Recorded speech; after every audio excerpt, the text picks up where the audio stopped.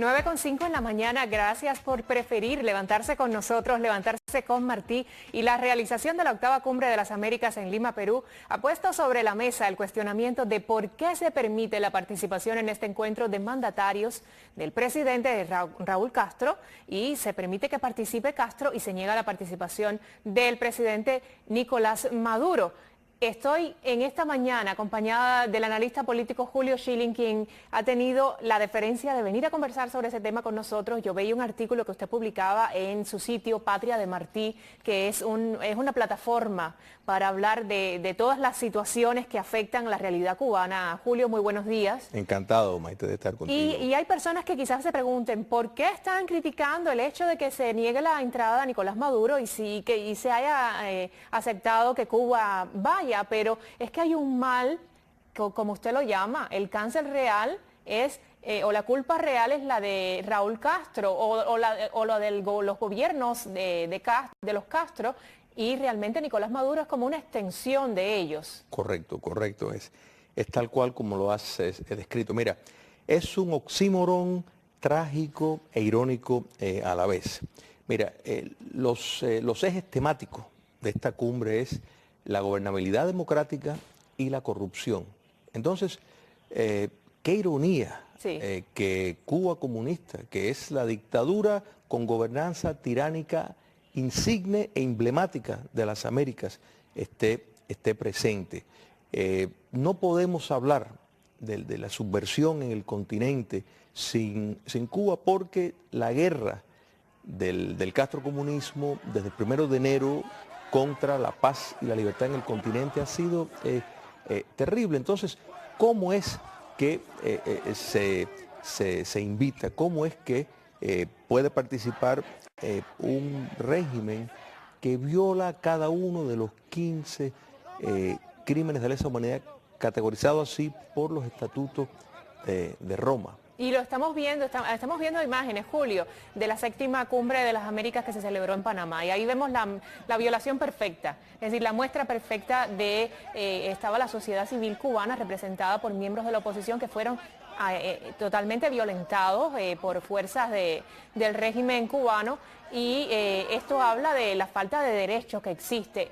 La primera cumbre de las Américas, recuerdo, en Miami en 1994, y las otras dos anteriores que se han realizado, según tengo entendido, pues no se ha llegado a ningún acuerdo específico. Este tipo de reuniones, cuando estamos viendo que se permite situaciones como esta, que es tan cuestionable, este tipo de reuniones en las que no se ha llegado a ningún acuerdo específico, positivo para el continente, ¿usted considera que son necesarias? Las cumbres necesarias, sí. Me parece su propósito. Mira, cuando examinamos quién está auspiciando estas cumbres, la Organización de Estados Americanos.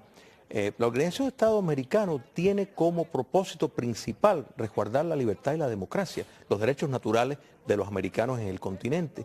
¿Cómo es posible? Y si miramos atrás a través de todos los documentos, mira, la doctrina Tovar de 1907, nombrado así por un canciller ecuatoriano, donde hablaba a favor de intervenir si algún régimen, un Estado en las Américas dejaba de ser una democracia.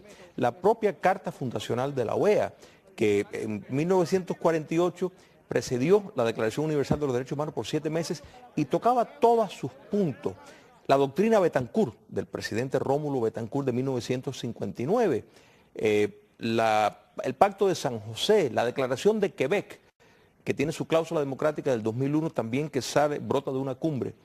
X meses después, la Carta Democrática Interamericana, donde establecen que la democracia y la libertad son estándares necesarios para participar. ¿Qué sentido tiene? Y como tú bien señalaste, Venezuela es una colonia de Cuba comunista. Totalmente. ¿Cómo es que se quiere excluir, y muy bien excluido, por supuesto, a la dictadura de Maduro? Pero sin embargo, los amos de Venezuela, que son el régimen castrocomunista, ¿cómo es que se permite sentarse de igual a igual con estados democráticos. Eso es una aberración moral y le hace un daño extraordinario a la libertad en el continente. A la democracia, ¿qué es lo que persiguen este tipo de reuniones? Por eso le decía, ¿qué sentido tiene? Y además, ¿qué sentido tiene después de haber visto imágenes como estas, que son violaciones totales a la libertad y al derecho de las sociedades, y que se permitan, no se haga nada, y entonces se reciba a un Raúl Castro que se pueda parar en esta cumbre y ofrecer su discurso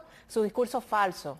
Correcto. Mira, esto lo único que sirve es cuando tiene la participación de una dictadura como la cubana, que tenga una plataforma para proyectar la falsa imagen de un simulacro de sociedad civil. O sea, lo que vamos a ver ahí son las organizaciones de masa, que no son más nada que organizaciones pantalla del Partido Comunista de Cuba, queriendo hacer un simulacro de ser una sociedad civil. En dictaduras totalitarias no existe una sociedad civil. En la cumbre anterior, hubo mucha atención, no solamente por estas escenas tan violentas que estamos viendo, también por ese encuentro del presidente Barack Obama con Raúl Castro. Con la presencia de un Trump en el gobierno de los Estados Unidos, pudiera ser una realidad diferente a la que viéramos en Lima, Perú.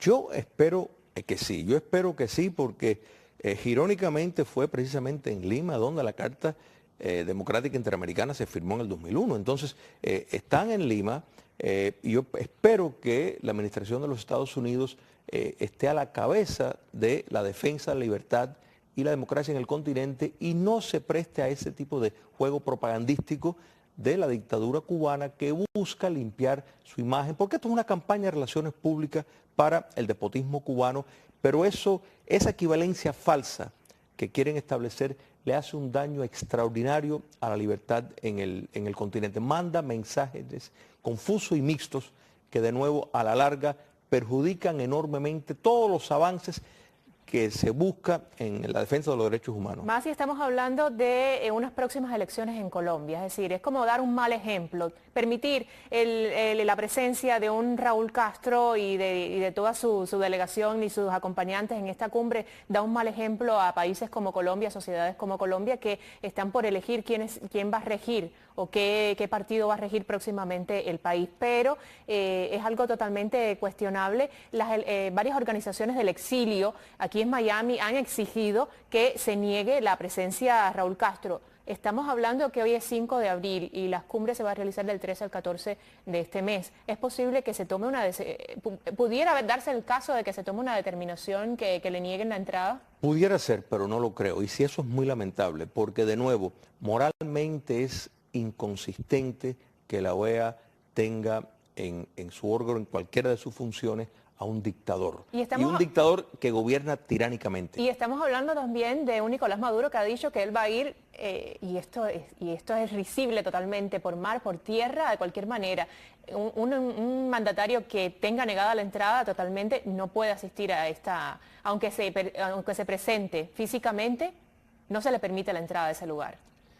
De verdad que él debería de unirse. Es más, yo le recomendaría a Daniel Ortega de Nicaragua, a Evo Morales de Bolivia, junto al dictador cubano Raúl Castro, pues que se pongan todos y que necesariamente se vaya mejor para Cuba, que ellos tienen cumbres paralelas, sí, falsas, la CELAC y otras cosas de jugar la democracia para presentar esa imagen. Porque mira, dentro de todo esto hay un gran peligro.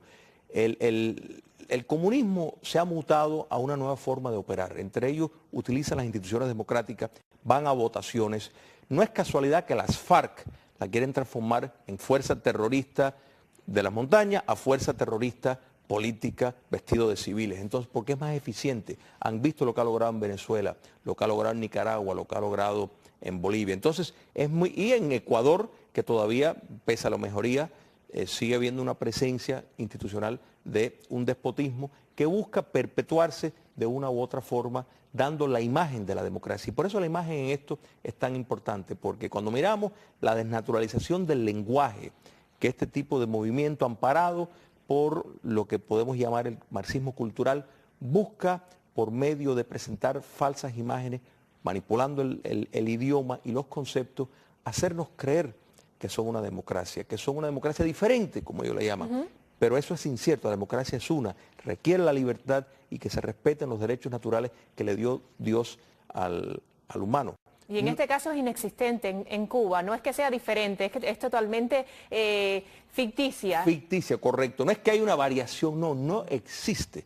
No existe la opción de ejercer la libertad y los derechos naturales en Cuba comunista. Por eso es una afronta a la dignidad humana que una dictadura tiránica como la castrista esté dentro de un Estado de tantos gobiernos democráticos. Bueno, afortunadamente vamos a tener representación de los miembros de la oposición a esa falta de democracia que se traduce en la representación del gobierno de Raúl Castro y que por supuesto va a estar representada por jóvenes muy valientes que han exigido ante el mundo que no se permita la entrada o que no se permita que alce la voz un gobierno como el de Raúl Castro en la Cumbre de las Américas. Julio, un placer siempre conversar con usted. Es todo mío. Y bienvenido siempre a Levántate Cuba. Es un placer contar con su opinión, con su análisis y por supuesto hacemos una pausa, pero seguimos con muchísimo más porque hasta las 10 en punto de la mañana tenemos más para todos los cubanos dentro y fuera de la isla. Esto es Levántate Cuba. Muy buenos días.